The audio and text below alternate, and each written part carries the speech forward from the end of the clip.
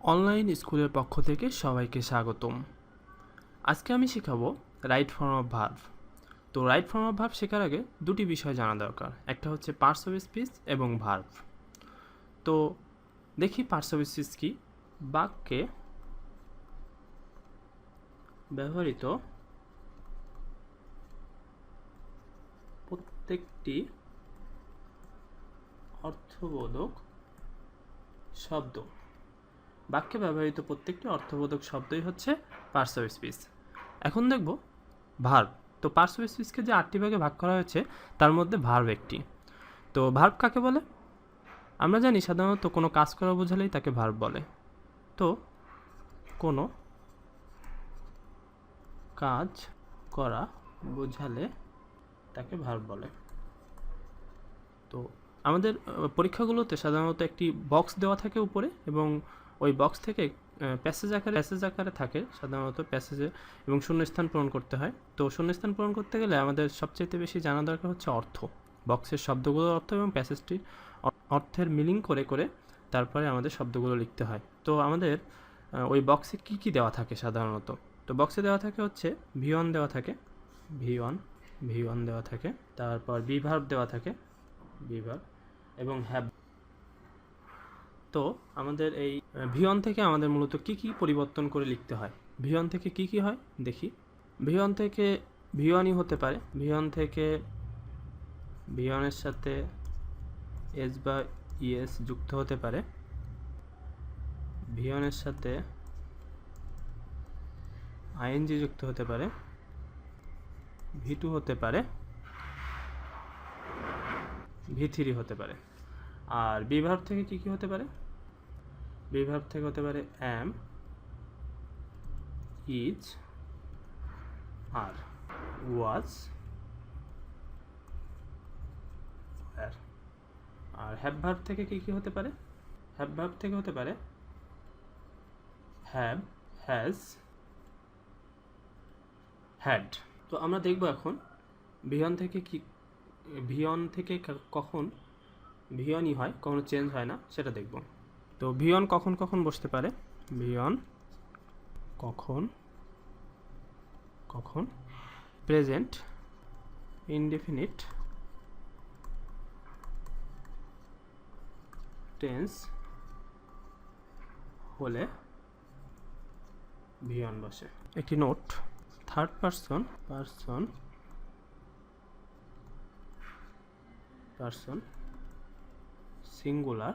Singular subject বাদে অন্য সকল সাবজেক্টের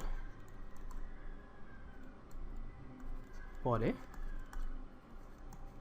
V1 বসে।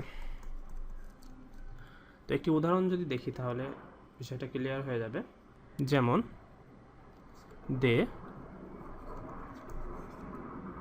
ড্যাশ ব্র্যাকেটে আছে প্লে ফুটবল রেগুলারলি। তো they dash play dash football regularly. তো সেন্টেন্সটা হচ্ছে present indefinite tense. Present indefinite tense কেন হয় সেটা আমরা পরবর্তী ক্লাসে দেখব। তবে এটা প্রেজেন্ট ইনডিফিনিট টেন্স, এবং এই কারণে, এবং এখানের যে সাবজেক্টটা আছে, সাবজেক্টটা হচ্ছে থার্ড পারসন, কিন্তু সিঙ্গুলার নাম্বার নয়, অন্য সকল সাবজেক্টে যেহেতু V1 বসে, এটা থার্ড পারসন সিঙ্গুলার নাম্বার বাদে, এই জন্য আমরা এখানে শুধু V1 লিখব, তাহলে শুধু প্লে হবে। এবার 2 নাম্বার রুলস, 2 এর পরে V1 বসে, 2 প্লাস V1 হয়। যেমন he works hard to dash ব্র্যাকেটে আছে শাইন ইন লাইফ। তো যেহেতু 2 এর পরে আছে, 2 এর পরে শূন্যস্থান আছে, তো 2 এর পরে হবে V1, তো লিখব শাইন। এবার দেখব 3 নাম্বার রুলসটা আর কি কারণে V1 বসতে পারে।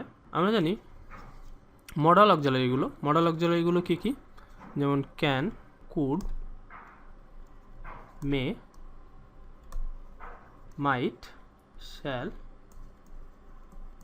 Should, will, would, must, dare, need, use to, going to, এছাড়া had better, had rather, would better, would rather, এছাড়া লেট ইত্যাদির পরে ভিয়ান বসে। যেমন একটি উদাহরণ যদি দেখি তাহলে বুঝতে পারবো আমরা। যেমন উই মাস্ট ড্যাশ, ব্র্যাকেটে আছে রেসপেক্ট আওয়ার প্যারেন্টস। তো যেহেতু এখানে মডাল অক্সিলারি আছে মাস্ট, তো এই জন্য এখানে হবে হচ্ছে respect.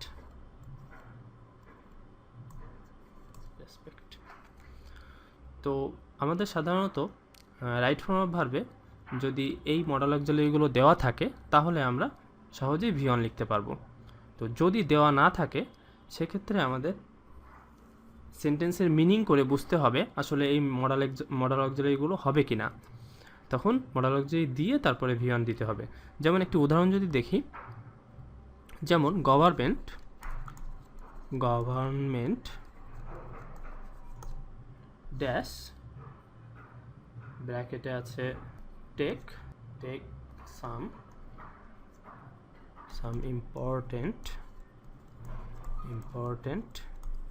important steps to dash, ব্র্যাকেটে আছে রিমুভ জেএসসি। তো এখানে আমি দুইটা শূন্যস্থান দিয়েছি এবং দুইটা শূন্যস্থানই এই ভি1 বসার যে রুলস সেই রুলস অনুযায়ী হবে। তো government dash some important steps, এখানে কি বলছে যে সরকারের কিছু গুরুত্বপূর্ণ পদক্ষেপ কি নেওয়া উচিত। তো উচিত অর্থে আমরা কি ব্যবহার করব, শুড ব্যবহার করব। সেক্ষেত্রে এখানে শুড দেওয়া নেই, তো শুড আমাদের এখানে দিয়ে নিতে হবে, শুড। আর যেহেতু আমি বলেছি যে মডাল অক্সিলারির পরে ভি1 বসে, এই জন্য হবে হলো টেক, শুড টেক। আর এর আগের রুলসটা আমরা দেখছি যে টু এর পরে ভি1 বসে, এই জন্য হবে হচ্ছে রিমুভ, কোনো চেঞ্জ হবে না। তো এরপরে আমাদের রুলসটা আছে হচ্ছে কোথায় কোথায় ভি1 এর সাথে এস বা ইএস যুক্ত করা হয়। তো এই রুলসটা আমরা এখন দেখব যে ভি1 প্লাস এস বা ইএস কখন হয়। তো আমরা জানি সাবজেক্ট যদি থার্ড পারসন সিঙ্গুলার নাম্বার হয় তখন V one plus S by S হয়। একটি উদাহরণ দেখলে বুঝতে পারবো। যেমন হি ড্যাশ, ব্র্যাকেটে আছে get up early in the morning. তো যেহেতু এখানে থার্ড পারসন সিঙ্গুলার নাম্বার আছে হি, তো এই জন্য আমাদের গেটের সাথে কি হবে, এস হবে, গেটস। তবে অবশ্যই একটা নোট এখানে জেনে রাখা দরকার যে অবশ্যই সেন্টেন্সটি প্রেজেন্ট ইনডিফিনিট টেন্সে হতে হবে।